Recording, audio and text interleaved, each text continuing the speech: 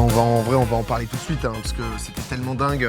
Alors, d'un point de vue stat, plus d'1 million de viewers historiques, puisque ça a explosé tous les records au préalable en France, dans le top 5 monde, je crois d'ailleurs, des plus grosses stats, sur Twitch. Mais au-delà de tout ça, ça a quand même été un projet de malade, ce GP Explorer. J'avais envie, moi, qu'on parle un peu au début, un peu de la genèse, Lucas, de ce projet, parce que c'est vrai que souvent, on voit des événements sur Twitch, j'en organise, je participe aussi beaucoup, où c'est un peu du one-shot, dans le sens où, genre là, Popcorn, on participe, et ensuite, chacun fait sa live, quoi. C'est un truc qui date depuis mars, mais toi, ça fait combien de temps, genre, que t'as imaginé ça? Nous, on en avait déjà parlé avant. Il y a un The Event, je crois en 2020, où je l'avais mis dans mes donation goals, le Grand Prix Formule Renault, et l'idée datait de plusieurs mois avant ce The Event. Et c'était un peu une manière qu'on se mette un coup de boost, tu vois, un coup de pied au cul, de le mettre en donation goal pour essayer de tout donner pour que ça se fasse. Donc ouais, c'est un truc qui date de un peu plus de 2 ans, quoi. Enfin, la première fois qu'on en a parlé, c'était il y a un peu plus de 2 ans. C'est ouf, putain, le chemin, quand même, parce qu'entre ce moment où juste tu te dis... sur des trucs de donation goal, donc à l'ancienne de je vais faire ça, ça va être cool, etc. Et le moment où hier on se retrouve avec 40 000 personnes, enfin 37 000 ou je sais plus combien, mais sur le circuit Bugatti, dans des caisses, quoi. C'est-à-dire que c'est quand même c'est ouf quand même ce qui s'est passé. Mais surtout, ce qui est ouf, c'est que ça a failli pas se faire, en fait. Moi, il y a plusieurs fois où j'ai mis des stops aux équipes en me disant... en fait, c'est tellement un gros projet qu'il fallait que je délègue un nombre de trucs invraisemblables à mes équipes qui sont pas très nombreuses, tu vois. Ça a été fait vachement en indé, c'est genre 30 personnes. Et je t'avoue qu'en tant que créateur, je pense, vous voyez de quoi je parle, on a du mal à déléguer certaines choses. C'est un peu dur pour nous parce qu'on a notre vision, on veut s'y tenir, on veut que ce soit comme on l'imagine et tout. Et plus tu délègues, plus il y a de chances que ce soit pas forcément raccord. Donc plusieurs fois, j'étais en mode, les gars, je pense que c'est trop précipité. Faisons-le dans 1 an, dans 2 ans. Prenons le temps, quoi. Prenons le temps. Et c'est un gars qui s'appelle Aurélien, dont tu as parlé aussi hier, Sylvain, qui bosse avec nous et qui a dit non, la fenêtre c'est maintenant, on va y aller maintenant, on va en chier, oui c'est risqué, mais les gars on va le faire et on sera fiers. Et il nous a dit ça il y a 1 an et demi, tu vois. Solide, hein. C'est très solide, le gars. C'est quand même, Faut se tenir sur le call. Ah ouais. Très solide. Et donc, on avait un peu tous notre rôle dans l'orga du GP. On avait tous notre vision. On faisait des réus. On était d'accord sur des trucs, pas d'accord sur d'autres, vis-à-vis du déroulé, etc. Tu vois. Et au final, je crois qu'on a eu, et c'est pour ça aussi que j'étais méga ému, c'est qu'on a eu la meilleure version possible de l'event, en fait. C'était un petit peu comme ça que vous l'imaginiez en amont quand vous faisiez vos réunions, etc. Que vous vous dites, bah tiens, dans l'idéal, le GP Explorer, c'est ça. Est-ce que ça a été ça? Je pense qu'on n'a même pas osé imaginer qu'un truc aussi vénère, en réalité, tu vois. En fait, on s'est tous rendu compte le jour J, toutes les équipes, de ce qu'on venait de faire. Et toutes les équipes ont on a globalement tous pleuré, quoi. Que ce soit les pilotes, les équipes, les gens qui ont bossé 1 an là-dessus, peu importe. Tu sais, il y a même des gens dans les équipes qui n'ont même pas vu le GP, puisqu'ils étaient genre bloqués au welcome ou en train de gérer les accréditations. Au charbon, quoi. Au charbon, bien, quoi. au front. Et ils ont même pas vu de leurs propres yeux. Ils ont quand même.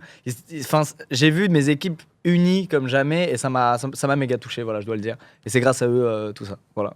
Je le dis d'entrée de jeu parce que je vais pas dire c'est moi le GP Explorer, c'est le taf de dizaines de personnes qui ont été ouf. Et de vous, les pilotes, qui avaient été d'un sérieux. Mais c'est incroyable. Ça m'a trop touché, c'est ouf. Mais c'est vrai qu'il y a eu un peu cette ambiance, je le disais, c'est quand même particulier les projets où tu te vois beaucoup avant et tout, un peu colonie de vacances, quoi, parce qu'à chaque fois du coup il y avait des sessions au Mans, ça a commencé en mars, ensuite c'était à peu près tous les mois et demi, tous les 2 mois. Les 6 semaines, Toutes les semaines, le groupe se réunissait. Comme les vacances colonie. scolaires, quoi. Toutes les 6 semaines, régulièrement. Ouais, c'est vrai, comme On les se fait la vacances colo. Putain, c'était incroyable. Même pendant l'été, etc. Il y a eu plusieurs rendez-vous. Ouais, il y a eu fin août et juste avant l'été, ouais. Et en fait, ce qui est cool, c'est qu'on était plein à pas se connaître. Même moi, en fait, la moitié des participants, je les connaissais pas. Et il y en a que je connaissais un tout petit peu, mais évidemment, ça nous a rapprochés énormément. Et donc, même nous, tu vois. Donc, c'était même nous, Sylvain. Et c'était c'était ça aussi qui faisait partie de l'expérience et qui fait que moi, ça m'a grave marqué, en fait. C'est de rencontrer aussi des gens aussi chambés, quoi. Ça m'a vraiment affecté. Je trouvais ça vraiment ouf, cette partie-là de l'aventure. Je sais pas comment ça s'est passé, ce truc-là entre la confiance, parce que c'est vrai que c'est tellement inédit comme projet d'avoir des débutants que tu vas former et tout. En plus, sur YouTube, c'est lié au divertissement, donc les mecs qui connaissent pas forcément peuvent se dire putain, qu'est-ce qu'ils vont faire? Est-ce qu'ils vont vouloir faire les cons? Comment ça s'est passé, ça, le fait de convaincre même le circuit? Est-ce qu'ils ont eu peur? Ils étaient agréablement surpris? En fait, c'était intéressant. On est allé du coup au Mans avec mes équipes, je sais même plus quand c'était. C'est un bon moment. Il y a longtemps, C'était un bon moment, mais c'était pas tant avant le premier entraînement. C'était pas non plus un an avant, tu vois. Et je me souviens, on va les voir, et donc eux, ils connaissaient globalement rien de notre monde, tu vois. Et ils nous mettent un énorme coup de pression en mode Sylvain. Je sais pas si vous l'avez vu, Sylvain de la CO. Et il y avait la FFSA, des gens de la CO, des gens du Mans et tout. Tous les gens qui nous ont aidés en fait à faire ce projet, quoi. Et ils nous regardent, ils font mais les gars, vous savez que la F4 c'est dangereux, tu vois. Ils nous donnent des stats, ils nous disent il y a des accidents, c'est chaud, c'est pas du karting, faut être très sérieux, faut s'investir, il faut aussi faire un peu de sport parce que c'est méga physique. Et le premier truc qu'ils font en fait, c'est nous mettre globalement un colossal coup de pression, quoi, tout simplement. Ni plus ni moins. Ni plus ni moins. Et on les regarde et on fait ouais, mais c'est le but. On sait que c'est sérieux et on sait que c'est 5 week-ends d'entraînement et tout. Il n'y a pas de souci, tu vois. On est là pour ça et on sait que des fois, vous allez nous engueuler parce que, je sais pas, on a fait un truc pas bien. Et on est là pour ça, quoi. Engueulez-nous, apprenez-nous et ouvrez-nous un peu les portes de votre monde parce qu'on veut, on veut mettre en lumière ça, quoi. Le nous, but, tu vois. c'était pas de. On est des créateurs de contenu qui veulent faire vroom vroom, quoi. Non, mais non, du tout, voilà. Et eux, ils avaient au début, évidemment, ils se sont dit, ils sont peut-être comme ça. Puis très rapidement, ils sont rentrés dans le sujet. Ils ont dit, ok, bon, alors voilà comment on va faire. Une session toutes les 6 semaines, ça, clac, clac, clac, clac. Ils ont fait un plan, la FFSA, la Fédération Française du Sport Automobile, qui est une école, en gros, pour pilotes. Ils ont prévu tout ce plan-là. Ils ont mis Denis, du coup, en chef instructeur, le fameux. Et puis c'était globalement parti, quoi. Et ce qui est ouf, c'est qu'on a validé ça avant même d'avoir le go de vous, en fait. Il y a plein de gens qu'on n'avait même pas encore contactés, quoi. Et t'as eu des gens, parce que je me demandais, qui ont eu peur quand tu leur as proposé, tu vois, qui se sentaient pas très chauds, par exemple, qui se sont dit, ah, je sais pas si je vais être à l'aise ou. Je crois pas. Hein. Ouais, tout le monde, ça, Tout le monde a accepté, ça a ambiancé tout le monde. s'est chauffé direct, à ma plus grande surprise. Parce que je me disais, bon, bah, il y a des gens qui peuvent en avoir un peu rien à foutre ou qui peuvent un peu appréhender, tu vois. Je sais pas, moi, tu vois, je sais pas, les trucs de surf et tout, c'est pas trop mon délire. Il y a des gens aussi, ça pouvait juste pas être leur délire, quoi. Et bah, en fait, tous ceux qu'on a contactés se sont méga chauffés et ont pris le truc très à cœur en mode challenge personnel et tout. Et c'était beau à voir, quoi. Même Seb qui avait pas le permis, tu vois. Ouais. Seb qui avait pas le permis, qui a dit mec, je le fais, vas-y. En plus, ça me fait un prétexte pour passer mon permis. Ça fait 2 ans là que je fous rien, j'en ai marre. Et il est allé le passer, tu vois, C'est pour pouvoir faire incroyable le quand GP. même. Il y avait eu, parce que c'est vrai qu'on parlait de l'ambiance colonie de vacances, etc. Un qui a pas mal contribué, c'est quand même Maxence, qui Ouais. clairement, qui lui était un peu partagé, parce que honnêtement, il était vraiment pas mauvais en plus, Max. Il était Non, très il est bon. Mais à de qui, ouf au à qui karting, ça en plus. mettait Il était très une bon. trop grosse pression et qui du coup avait du mal à prendre du plaisir dans cette pression et qui a préféré sortir, d'où l'entrée de Bah, je Sofiane sais pas après, si vous quoi. l'avez senti, mais à l'époque, entre la première session et la deuxième, il y a eu un gap de fou de niveau pour plein de Ouais. gens et Ouais. d'ambiance. Genre, la première session, on faisait encore un peu les oufs et tout, jeu de mots, c'était un peu la colo. Et la deuxième session, on s'est dit, putain, attends, en fait, il reste que 4 sessions là, ça passe trop vite. Vas-y, moi, je veux tryhard. Et tout le monde est passé en mode méga tryhard, en mode esprit de compétition à balle. Et en fait, il y a des gens, c'est pas leur kiff, tu vois. Et c'est pour ça, Maxence, il était en mode, ah, moi, les gars, c'est plus mon kiff, en fait. Là, ça devient trop sérieux et tout. Je suis stressé de venir carrément. J'ai pas envie de m'infliger ça, quoi. Et il y a Doge aussi qui l'a un peu ressenti comme ça Ouais. au début. Et qui a pris sur elle et tout, qui a été monstrueux. Et qui a fait un des meilleurs départs, le meilleur départ d'ailleurs de la course. J'ai vu, on en parlera après, mais c'est vrai que j'avais l'occasion d'un peu voir tout le monde, moi. De mon point de vue, De et c'est derrière, on a une belle POV. vrai- Ah ouais, j'ai Non, mais vu c'est- Dejna mettre une pilule, monter 3-4 places, j'étais en mode, waouh, qu'est-ce qui est en train de se passer? T'avais déjà fait, toi, ou de la F4, ou c'était ta première Non, fois première comme nous? fois, comme tout le monde, je pense. T'avais déjà fait, toi, Sylvain? Non, on avait fait de la F1. Ah. J'étais obligé de le claler. Ah oui, d'accord. J'ai mis une queue, et voilà, on avait fait que de la F1, mais qui a rien à voir du coup. C'est même une autre discipline, quoi. Ça y ressemble, mais en fait, ça n'a rien à voir. C'est la F1, t'accélères, en fait, ta peau, elle recule sur ton visage, mais genre premier degré, hein. Genre, et tes yeux, ils ferment, genre, t'as un tunnel noir et tu fais. Ah oui. Et ouais, ça fait super peur. Et il y a aussi un truc qu'on n'avait pas, la downforce, les ailerons, l'aérodynamisme. Quand tu vas vite, ça plaque la voiture au sol, donc ça va vite. Et genre, il y a des virages où tu passes à 200, ça passe pas, mais tu passes à 250, ça passe. Ah. Et alors là, pour comprendre le concept, là, il aurait ouais, fallu ça devient autre 200 chose. sessions. Moi, là. j'ai le Dunlop déjà dans la tête. Ouais, on l'a- Donc, on l'a tous dans Voilà. la tête. mais je voyais une question sur Twitter qui était intéressante pour toi, Lucas, sur le fait, est-ce que tu as réussi à sortir totalement du rôle d'organisateur pour rester à 100% dans le rôle de pilote toute la journée? C'est vrai que ça c'est intéressant parce que le moment où ça a été ton bébé, ton projet, alors il y a beaucoup d'équipes, comme tu le disais, qui se sont chargées de le mettre en place, de lui donner vie, mais c'est vrai que tu as... Moi, c'était un double stress, je vous avoue. La nuit, même 2 nuits avant, la nuit juste avant l'entraînement de la veille, là, déjà, j'étais trop mal. Et la nuit avant le jour J, j'étais vraiment. En fait, là, ça implique pas. En fait, la plupart des trucs que je fais, ils impliquent pas une journée de 40 000 personnes, tu vois. Ouais. Et donc, je me suis dit, putain, il y a des gens qui viennent, qui se déplacent, il y a plein de gens qui ont fait énormément de routes là pour venir. Et eux, je voulais que leur expérience, elle soit optimale, tu vois. Et c'était ce stress-là, en fait, de me dire, putain, j'ai fait venir plein de gens là et j'espère qu'ils vont se régaler et qu'il y aura pas des cracks à droite, à gauche qui vont leur gâcher l'expérience. J'avais surtout ce stress-là, en plus du truc de conduire. Et puis, je suis arrivé le matin, j'ai vu les gens arriver, j'ai vu l'ambiance rien qu'aux essais libres. Et à partir des qualifs, j'étais en mode, bah c'est bon en fait. L'événement, c'est bon, les gens kiffent. Maintenant, je suis en mode pilote et je me focus quoi. 5h du matin, il y avait des gens devant les grilles. Hein. Ouais. C'est un c'est truc vrai. de fou. Ouais. Non, mais c'est ça, c'était ouf, hein, l'engagement des gens, le soutien des gens et tout. On a vécu un vrai truc, hein. C'était incroyable. Tu t'es mis, toi, un objectif de perf, parce que c'est vrai que tu tournais dans. Bah, tu finis 5e. Moi, Comment ça s'est passé là-dessus? Je me souviens que tu me dis un truc au GP de te dire, bon, bah, c'est vrai que si tu avais organisé tout ça, etc., pour être en galère, entre guillemets, en dernière place, bon, ça aurait été un peu dur de justement profiter au max. C'est pas le même plaisir, quoi. Toi, tu as quand même joué les très belles places. ouais, et surtout, je me disais, je passe un peu pour un trou du cul, hein, à organiser ça et à faire un bac tour 1, c'est un peu horrible. Et alors que ça peut arriver, et ça veut pas dire que t'es nul, tu vois, c'est genre, tout peut arriver. Mais je me suis quand même mis cette pression-là de, bon, faut quand même un peu être crédible là. Et donc, j'avoue, je me suis pas mis à 100%. Parce que comme tu le dis, plus tu pousses, plus tu atteins le 100% de tes capacités, voire même tu peux être à 105%, plus tu encours des risques et plus tu risques de finir dans le bac ou dans le mur ou de spin. Et donc j'avais vraiment ce stress-là, moi, de m'afficher et du coup de décrédibiliser tout l'événement, de décrédibiliser l'investissement de chacun des pilotes, des équipes, même d'Internet, tu vois, que cet événement fait par Internet soit un peu pas trop crédible, puisque le mec qui l'organise, il se mange un mur. Tu vois, j'avais un peu ce stress-là, je me disais, ah putain, faut rester digne du projet. Donc j'avais un peu ce truc-là. Donc non, moi j'ai tout fait pour... mon objectif, c'était de finir la course, je voulais vraiment finir la course. Et c'est ce que j'avais dit à tout le monde, et c'est ce que Denis aussi avait dit à tout le monde. Essayer de finir la course, profiter.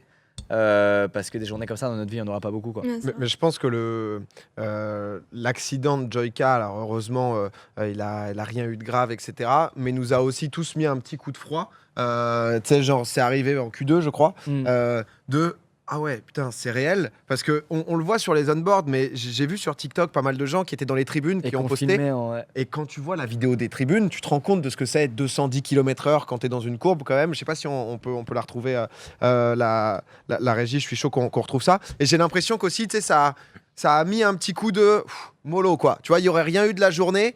Peut-être que certains auraient pu essayer de risquer un petit peu plus ou... Ouais, ça a cool down les ardeurs. Bah ouais, à mort, et surtout il a pas eu de chance dans son choc, hein, parce qu'on voit que sa caisse elle part et elle reprend un peu d'adhérence et elle en repère et il va vraiment dans la trage du mur à fond. Ah voilà, c'est la vidéo justement filmée des gradins. C'est impressionnant. Ouais, voilà, on le voit arriver très très fort et en fait il a eu un double choc, il s'est pris l'avant et ensuite l'arrière a tapé aussi à je sais pas quelle vitesse et c'est ça en fait qui aurait pu vraiment le blesser très très très fortement au dos, tu vois. Donc il s'est pris, je pense, c'est le pire crash qu'on a eu. Ouais, hein. je crois que c'est vraiment Ouais. le Début. pire crash. Hein. C'est le pire crash, Ouais, clairement. largement. Bah, c'était en plus même l'état de la caisse et tout, parce que Ouais. le truc, Ah, c'est on n'avait jamais vu sur le ça, live, hein. tu t'as pas vu l'action en live direct, tu vois juste la caisse où tu as l'impression que tu te dis merde, ce qui va bien, qu'est-ce qui se passe et tout.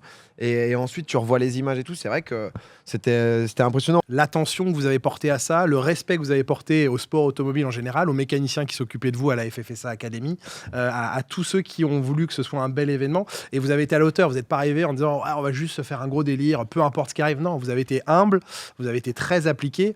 Et je crois aussi que les gens qui venaient de l'univers sport auto, vous regardez, ont apprécié aussi l'événement pour ça. C'est que vous n'avez pas décrédibilisé le sport auto, bien au contraire, vous l'avez méga valorisé. Mais j'ai cru comprendre, parce que toi, t'en avais parlé sur le plateau, que les pilotes ont aussi suivi. Charles Leclerc qui t'avait envoyé un message, qui voulait revoir la pole de Despiello. T'as reçu quelques messages aussi, toi, J'ai reçu Lucas? des messages d'Esteban, de Charles et tout, et qui étaient trop contents en fait pour ce que tu dis, parce qu'en fait on a fait ça dans les règles de l'art et c'était une grosse pression nous qu'on avait, tu vois, parce que comment dire, le milieu de l'automobile nous a fait confiance en nous accueillant, en nous faisant découvrir cette discipline dans un luxe absolu quand même. Parlons-en, comme tu l'as dit, sur un circuit mythique avec des F4, des cours rien que pour nous de théorie. Enfin, tu vois, c'est vraiment des conditions absolument rêvées. Et nous, en retour, on voulait vraiment que ça serve au milieu, à faire découvrir ce sport dans les règles de l'art. Et je pense que c'est mission accomplie. C'est aussi pour ça qu'on était content le jour J et qu'on s'est pris une claque. C'est qu'on s'est dit, putain, mais en fait, c'est carrément la même chose là. C'est vraiment abusé, on a vraiment bien taffé. J'ai vu beaucoup de questions, Lucas, je vais mettre les pieds dans le plat, désolé, mais c'est vrai qu'un tel événement, t'en avais un peu parlé en termes de... parce que quand on voit la prod, quand on voit tout ça, en fait, t'avais sorti quelques chiffres, où ça parlait en millions d'euros. C'est à ce point, c'est-à-dire que ça a monté entre-temps, quoi. C'est parce que ça parlait de 3 millions, 4 millions. C'est autour de ça, ouais. En fait, on sait même pas encore à l'heure actuelle parce que tu as des frais de dernière minute à droite, à gauche, etc. Mais ouais, c'est entre 3 et 4 millions le prix d'un event comme ça. Et en fait, ce qui est incroyable, c'est que, comment dire, moi, évidemment, les gens savent, j'ai de l'argent, je suis bien, etc. Mais quand on fait des projets, on raisonne pas comme ça. Genre, je vais pas faire des caprices de gars qui veut conduire une F4 à 3 millions d'euros. C'est-à-dire que tout ça repose sur une balance, un écosystème, etc. Et c'est les équipes dont Aurélien, dont on a parlé tout à l'heure, qui ont tout donné pour qu'on s'en sorte. Parce qu'à l'époque, quand on donne notre go, comme je t'ai dit, au Mans, on s'engage. Parce qu'en fait, toute l'année, ce qu'il faut savoir, c'est que toute l'année, les F4, elles roulent. Il y a des pilotes qui roulent, il y a des compétitions, etc. Et donc, les créneaux, si on voulait que ça se fasse, il fallait les valider très, très tôt. Tôt au point où on n'avait encore pas parlé du projet à une seule marque. Et donc, du coup, pour nous, c'était un coup de pression monumental de se dire, putain, là, les gars, ce qu'on signe là, on s'engage sur du moins 2 millions. Et on ne sait pas si les marques d'internet vont nous suivre. Et c'est pas des marques que t'as pas vu Rhino Shield dans F1, t'as pas vu les marques, tu vois. Donc on se dit putain, c'est un coup de pression, c'est chaud. Et au final, elles ont tout donné pendant un an. Pendant un an, on savait pas si on n'allait pas perdre énormément d'argent avec cette histoire au final. Et elles ont bien suivi, surtout au final. Bah les marques, le nombre d'écuries, etc. On voyait même un peu les sponsors façon F1. Mais les marques ne s'attendaient pas à ça. C'est-à-dire elles ont suivi. En mode, bon, ok, allez, on met une pièce sur ça, on vous aime bien et tout, on a déjà bossé ensemble, ça le fait, elles nous ont fait confiance, tu vois. Mais le jour J, même c'était extraordinaire. C'était vraiment dans les règles, toi qui as l'habitude, Julien, c'était vraiment dans les règles du sport auto, quoi, avec tous les sponsors, etc. Donc, non, c'était ce coup de pression-là de se dire, il y avait deux soucis, il y avait ce truc d'aller chercher cet argent alors qu'on s'était endetté, et de l'autre côté, même si tu as l'argent, de rendre ça quali. Tu vois, que l'événement soit quali, et ça c'est toutes les équipes qui s'en sont occupées en fait, et moi je fais pas d'événementiel, mes équipes font pas d'événementiel à la base, donc fallait bosser main dans la main avec d'autres boîtes, même AMP qui a fait la régie, c'est aussi eux qui avaient fait la régie du Squeezie, du Cyprien Gaming Show pour ceux qui se rappellent, et croyez-moi c'était un live dont on se rappelle beaucoup moins que le GP Explorer. C'est une grosse boîte de prod de la télé qui ont les cas régie, mais c'est vrai qu'ils n'ont pas du tout l'expérience Twitch. Bah non, c'est une boîte de capta live qui est monumentale, mais qu'il faut aussi driver à un moment donné. C'est pas ils viennent, ils disent on fait tout, t'inquiète. Tu t'as travaillé avec des très très bons. Nous on travaille avec eux sur Canal. T'avais aussi le réalisateur des 24 heures du Mans, Olivier Denis, qui est une légende de la Réal, qui était aux commandes et qui a réalisé comme les 24 heures du Mans. Enfin, c'était exactement. extrême. Et c'est Valentine en fait, les équipes qui ont bossé là-dessus. Bref, il y a une personne qui s'appelle Valentine que j'embrasse si elle regarde ce live et qui a géré elle la production live main dans la main avec AMP et qui disait voilà les gars, je veux 3 voitures par voiture, je veux qu'il y ait une cam là, une cam là, une cam là, parce qu'elle est fan d'automobile. Elle a les codes des captas de ce F1, qu'il faut etc., pour pouvoir, de ce qu'il faut. Et elle leur a dit oui, on est sur Internet, oui, on est sur Twitch, mais vous allez me faire ce que vous savez faire, vous allez le faire à 100%. Vous n'allez pas dire c'est Internet, ça ira, une GoPro là, une cam là. Non, vous allez le faire à 3000%. Mais c'est vrai qu'en fait, on a découvert en sortant, en allant juste dans les box, les retours d'images, parce qu'on savait pas à quoi s'attendre. Et tu voyais les secteurs, tant de secteurs violets, etc. L'onboard, moi, ça m'a tellement surpris, choqué.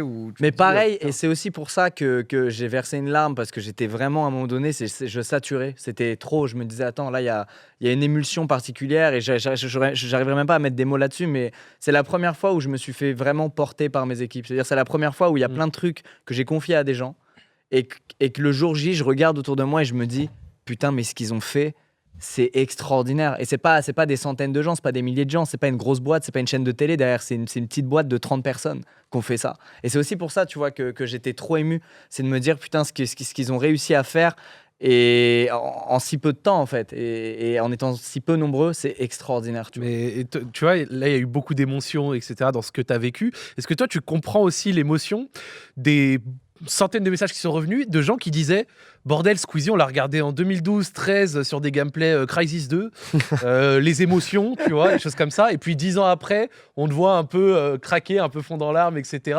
devant un GP au code et à la production absolument exceptionnelle. Parce que c'est un message qui est revenu énormément, ça, tu vois. Ouais, bah c'est vrai que je savais pas que ça allait autant toucher les gens de me voir. Je suis un humain, il y a des moments, c'est trop, quoi. Il y a des moments, c'est trop et je pleure, ça m'arrive. Mais non, mais c'est vrai que c'était très touchant. Je pense qu'effectivement, moi, je suis un peu pudique sur ça, mon intimité, etc. Et bah, te voir quelqu'un pleurer, en fait, c'est un peu, tu le vois dans son intimité, en réalité. Donc, c'est vrai que ça a touché beaucoup de gens qui se rappellent de tout le chemin parcouru, etc. Et même au-delà de moi, c'est plus un truc c'était un événement qui était très internet. Ouais. Et je Communautaire français. Communautaire français à mort. Et je crois qu'il fait partie de ces rares événements où on se dit, putain, les Français sur Internet, quand même. Le public, je veux dire, même pas les créateurs, toute la communauté Internet, c'est quand même, on est vraiment énervé, quoi, en France. C'est quand même incroyable ce qu'on arrive à faire.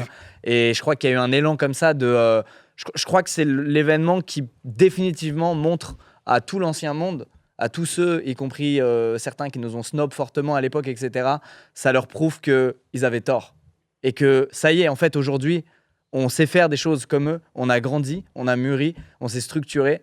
Et je sais pas, ça nous a fait du bien, tu vois, de se dire, bah voilà, ça y est, on arrive à faire comme ce qui se fait depuis 30 ans ailleurs avec des moyens, il faut en parler, à la télé, etc. Les moyens, c'est pas du tout les mêmes que pour un GP Explorer. Et donc en fait, c'est là où je suis très content, c'est que on a beau avoir beaucoup moins d'argent sur Internet qu'il y en a à la télé ou ailleurs, on arrive quand même à faire des trucs aussi quali parce qu'on y met tout notre putain de cœur et qu'on a une communauté extrêmement soudée. Voilà.